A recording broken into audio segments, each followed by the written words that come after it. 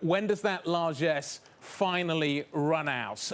We had an amazingly strong payroll number Friday. Amazingly strong, maybe slightly overdoing it. It was strong. We've just had a 10 million print on JOLTS. We get a CPI number coming out later on this week. How close are we? When does the Fed run out of excuses and finally pulls the trigger on this taper? Well, they're obviously getting closer because they've altered their language in the Federal Open Market Committee statement to talk about the fact that they no longer need to see substantial further tightening from here. They've already made quite a bit of progress. So I think we're a couple months away from when we'll actually see an announcement from the Fed. And then maybe a month or two after that, the taper will actually start. Taper will probably take, 8-10 months to complete. And then after that, people will start to worry about when will the Fed actually raise short-term rates. Does that result in a tantrum, Bill? Well, I think that the risk of a tantrum this time is less because people understand the game plan. First, we taper, then we raise short-term rates, and then we start to let the balance sheet of the Fed shrink. We didn't have a game that was all laid out like this last time. And so I think people are more comfortable.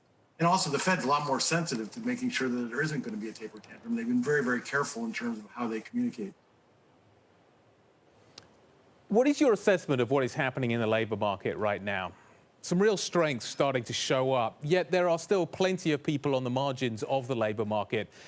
As I say, top of the hour, we had a JOLTS number well above expectations, coming through at 10 million. The previous number revised higher as well. There are a lot of job openings out there. The supply side of the economy isn't kind of picking up and responding fast enough. But do you get a sense that that process is now accelerating, that we are going to see the labor market healing more quickly as we start to get towards the fall?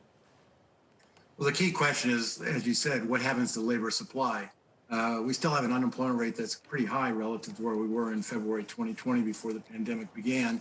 Yet we have a huge amount of job openings, and businesses report they are having trouble finding labor. So that's really the conundrum. On one hand, the labor supply seems tight. On the other hand, when you judge by the number of jobs we're short from where we were in February 2020, or the unemployment rate still seems like there's quite a bit of slack in the U.S. labor market. I think we're going to know a little bit more when we get into September, October, when schools reopen, when unemployment compensation benefits, the supplemental benefits expire. So I think we'll know a lot more a month or two from now. So to that point, I mean, the big question, I think, is, are people wanting to do things like stay at home more, and that's affecting what kind of jobs they're looking for? It's affecting how they're positioning themselves with their employer for a wage increase. Like, don't worry about my wage increase, let me stay at home for 4 days. And that's a different kind of recovery than anyone that we've ever seen. So does this kind of stay-at-home recovery factor into how you view stuff? Like, what's your assessment of that? Well, there is a risk that the labor market is actually tighter than what we think it is on a long-term basis. In other words, the shortfall of where we are relative to February 2020 may not be that relevant if people are actually changing their behavior. So I think we don't know the answer to that yet. And I think the Fed doesn't know the answer to that yet. And we're just going to have to wait for more information. But it's possible that we get to full employment quicker.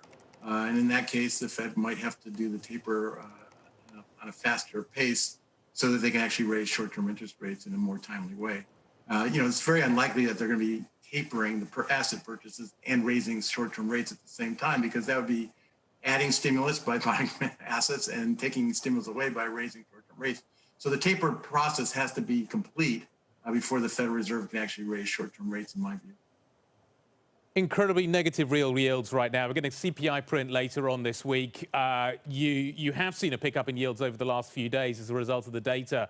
But nevertheless, how quickly do you think things could change over the next few months as we go through the kind of process that you're alluding to? How gradual do you think this taper is going to be? How quickly could it happen on the other hand? I just want to get your sense of, you talk about maybe investors needing to take an opportunity here. How quickly do you think things are going to shift?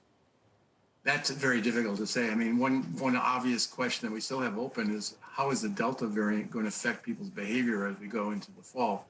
The last payroll employment report was essentially backward looking before the Delta variant really led to this sharp acceleration in cases that we've seen over the last few weeks. So is that going to affect people's behavior? Is that going to affect employment and the strength of the economy? So I think there's a lot of uncertainty about how this is all going to play out. The Fed is going to try to be very, very careful, though, to avoid the kind of taper tantrum that we had back in the prior business cycle. Hey, Bill, last question real quick. Who do you think is going to be head of the Fed in 12 months? I don't know, but I certainly think that Jay Powell is doing a fine job. There's certainly plenty of precedents for reappointing a Fed chair that's doing a good job. So that seems to be the most likely outcome.